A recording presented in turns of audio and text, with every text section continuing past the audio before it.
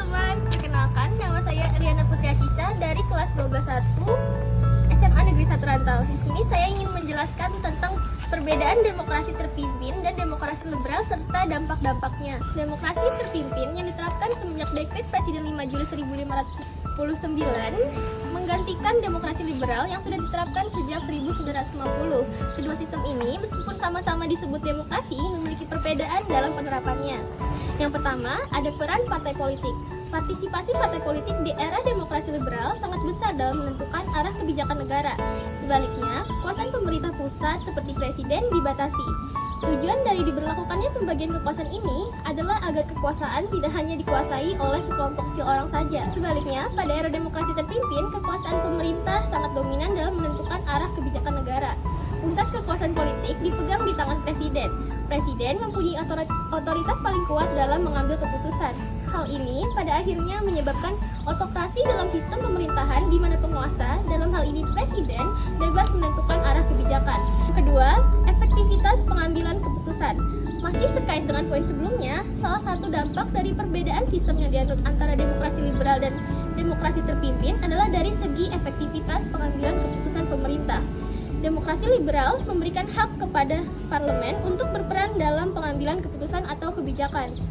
Oleh karena itu, setiap partai politik yang memiliki pandangan ideologi berbeda memiliki hak untuk menyuarakan pendapat di parlemen. Perbedaan ideologi politik yang muncul pada masa demokrasi liberal menyebabkan parlemen yang terbentuk tidak berhasil menyusun undang-undang dasar yang baru yang dibutuhkan sebagai dasar penyelenggaraan negara. Hal ini tidak terjadi pada sistem demokrasi terpimpin karena seluruh keputusan dan kebijakan ditentukan oleh pemimpin negara, sehingga pengambilan keputusan bisa dilakukan dengan sangat cepat dan efisien. Yang ketiga, partisipasi masyarakat dalam politik. Dalam sistem demokrasi liberal, pemerintah memberikan setiap orang hak untuk ikut serta dalam kegiatan perpolitikan tanpa mempertimbangkan asal daerah maupun latar belakang. Kebebasan ini telah mendorong kelahiran berbagai partai politik di pemilu tahun 1955 hingga mencapai 30-an partai. Sementara itu, jumlah calon perseorangan lebih dari 100 calon. Pemilu tahun 1955 merupakan pemilu pertama yang dilakukan di tanah air sejak kemerdekaan. Hal ini tidak bisa ditemukan pada sistem demokrasi terpimpin yang menerapkan syarat-syarat untuk penyederhanaan partai berdasarkan Dekret Presiden nomor 7 tahun 1959. Salah satu syarat yang memberatkan adalah partai politik tersebut harus mempunyai cabang setidaknya mencapai 1/4 wilayah tanah air. Akibatnya, pada tahun 1961, jumlah partai politik yang diakui resmi hanya 9 saja, yaitu Partindo, Perti, IPKI, NU, PSSI, Partai Katolik, Partai Murba, dan PKI. Yang keempat, ideologi yang dianut. Sistem demokrasi liberal berlandaskan kepada paham liberalisme yang menurut Presiden Soekarno tidak sesuai dengan masyarakat Indonesia. Sementara itu, demokrasi terpimpin menerapkan paham sosialisme yang memang lebih dekat ke blok timur. Bahkan, Presiden Soekarno mengeluarkan gagasan Nasakom, nasionalis, agama, dan komunis. Ajaran Nasakom bagi Presiden Soekarno merupakan cerminan aliran yang dianut masyarakat Indonesia. Ajaran Nasakom ini banyak ditolak oleh kalangan umat Islam karena ajaran komunis dianggap bertentangan dengan keyakinan masyarakat Indonesia. 5. Cara pengambilan keputusan. Pengambilan keputusan di dalam sistem demokrasi liberal menggunakan pengambilan suara terbanyak di parlemen. Pengambilan suara terbanyak ini beberapa kali mengalami kebuntuan, terutama dalam penentuan konstitusi undang-undang dasar. Sementara pengambilan keputusan dalam sistem demokrasi terpimpin mengutamakan musyawarah. Apabila keputusan gagal diambil, maka presiden selaku pemimpin negara menentukan keputusan apa yang akan diambil. Yang keenam, pelaksanaan pemilihan umum atau pemilu. Salah satu kebijakan politik demokrasi liberal adalah mengadakan pemilihan umum di zaman Kabinet Burhanuddin Harahap tahun 1955. Pemilihan umum tahap pertama dilakukan untuk memilih anggota Dewan Perwakilan Rakyat di bulan September, sementara pemilihan umum tahap kedua untuk memilih anggota konstituante di bulan Desember. Bisa dibilang, pelaksanaan pemilu pertama di Indonesia ini berjalan sukses dan hikmat. Sementara itu, pada zaman demokrasi terpimpin, pemerintah Indonesia tidak mengadakan pemilihan umum. Pemilihan umum yang kedua baru diselenggarakan di Indonesia pada tanggal 5 Juli 1971, yakni pada saat Presiden Soeharto menduduki kursi kepemimpinan selama 4 tahun. Yang terakhir, sistem ekonomi yang dianut. Pada era demokrasi terpimpin, diterapkan sistem ekonomi terpusat di mana seluruh alat produksi serta distribusi utama harus dikuasai dan dimiliki negara. Pemerintah memegang peranan penting dalam mengatur kehidupan perekonomian nasional. Kehidupan ekonomi dijalankan dengan sistem komando. Sementara pada era demokrasi liberal, sistem perekonomian diserahkan sepenuhnya ke pasar untuk mengaturnya. Nah, sekarang saya akan menyebutkan dampak-dampak dari kedua sistem ini. Yang pertama, dampak-dampak positif dari demokrasi liberal di Indonesia. Pertama, masyarakat memiliki kebebasan yang lebih luas untuk menyampaikan pendapat. Kedua, dilaksanakan pemilihan umum secara berkala. Majunya beberapa sektor industri tertentu serta sektor-sektor swasta dalam negeri. Keempat, adanya kebebasan sistem multipartai sebagai akibat campur tangan negara yang sangat minim.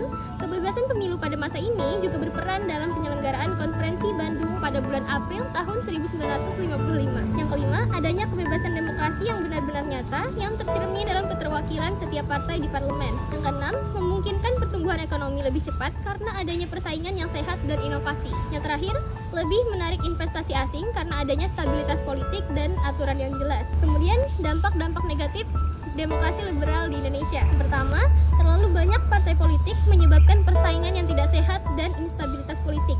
Kedua, tingginya tingkat kesenjangan sosial antara orang kaya dan orang miskin. Yang ketiga, berbelitnya kebijakan yang dikeluarkan pemerintah yang berkuasa. Keempat, kondisi negara yang tidak stabil sebagai akibat dari pergantian kabinet yang terlalu sering, sehingga menyebabkan pemerintahan tidak berjalan secara efisien yang berdampak besar pada perekonomian Indonesia yang mengalami keterpurukan akibat inflasi yang tinggi. Rendahnya tingkat kesejahteraan rakyat karena pemilihan terlalu fokus pada perkembangan politik sehingga tidak terlalu memperhatikan perkembangan ekonomi. Yang keenam, maraknya berbagai pemberontakan di daerah karena berbagai ketidakpuasan daerah atas penyelenggaraan pemerintah di pusat sehingga mengganggu keamanan dan memperburuk pertumbuhan ekonomi. Dan yang terakhir, rentan terhadap krisis ekonomi karena terlalu bergantung kepada pasar bebas. Kemudian ada dampak positif dari demokrasi terpimpin di Indonesia. Yang pertama, muncul semangat nasionalisme yang kuat dan pembangunan infrastruktur yang pesat. Indonesia berperan aktif dalam gerakan non-blok, dibentuknya lembaga-lembaga negara seperti Majelis Perwakilan Rakyat Sementara dan Dewan Perwakilan Rakyat Sementara yang memiliki tugas sesuai tupoksi masing-masing. Yang keempat, Undang-Undang Dasar Sementara 1950 sudah tidak berlaku lagi dan dikembalikan ke Undang-Undang Dasar tahun 1945. Pemerintah memiliki peran yang lebih besar dalam mengatur perekonomian. Kemudian, ada dampak negatif dari demokrasi terpimpin di Indonesia. Yang pertama, kebebasan berekspresi dan berorganisasi yang dibatasi. Kekuasaan terpusat pada satu partai sehingga mengurangi partisipasi politik, munculnya lebih banyak praktik kolusi, korupsi, dan nepotisme, kurangnya efisiensi ekonomi karena birokrasi yang kompleks dan intervensi pemerintah yang berlebihan, sehingga pertumbuhan ekonomi cenderung lebih lambat dibandingkan dengan sistem ekonomi pasar. Yang kelima, adanya kekuasaan presiden yang terlalu besar.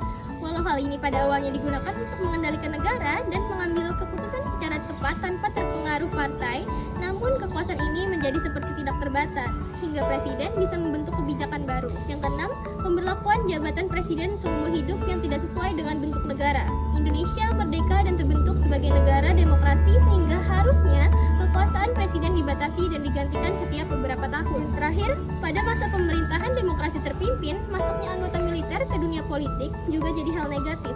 Militer yang masuk ke ranah politik terbukti tidak bisa mengendalikan konflik politik, justru memperkeruh keadaan. Hal ini terjadi karena militer harusnya menjadi orang-orang netral dalam berpolitik, sehingga masuknya anggota militer justru menyebabkan konflik internal bermunculan. Nah, maka dari itu, baik demokrasi liberal maupun demokrasi terpimpin memiliki sisi positif dan negatifnya masing-masing. Demokrasi liberal cenderung lebih demokratis, namun kurang stabil. Sebaliknya, demokrasi terpimpin lebih stabil, namun cenderung otoriter dan menghambat kebebasan individu. Sehingga menunjukkan bahwa keseimbangan antara kebebasan dan ketertiban sangat penting dalam membangun sebuah negara. Nah, pelajaran yang bisa kita ambil dari pengalaman negara kita yang dulu pernah menerapkan kedua sistem ini adalah pentingnya keseimbangan. Sebuah sistem pemerintahan yang ideal adalah yang mampu menyeimbangkan antara kebebasan individu dan kepentingan bersama untuk mencapai pembangunan yang berkelanjutan. Partai politik memiliki peran penting dalam demokrasi, namun perlu ada mekanisme yang baik untuk menjaga agar persaingan antar partai tetap sehat. Stabilitas politik sangat penting untuk pembangunan dan kemajuan suatu negara. Yang keempat, pentingnya kebebasan. Kebebasan berpendapat, berekspresi, dan berkumpul merupakan hak asasi manusia yang harus dijamin. Pentingnya keadilan sosial. Pemerintah harus berupaya mengurangi ketimpangan sosial dan memastikan bahwa semua warga negara mendapatkan kesempatan yang sama. Dan yang terakhir, masyarakat harus aktif berpartisipasi dalam kehidupan politik dan mengawasi kinerja pemerintah. Baiklah, sekian dari saya. Terima kasih atas perhatiannya. Dadah!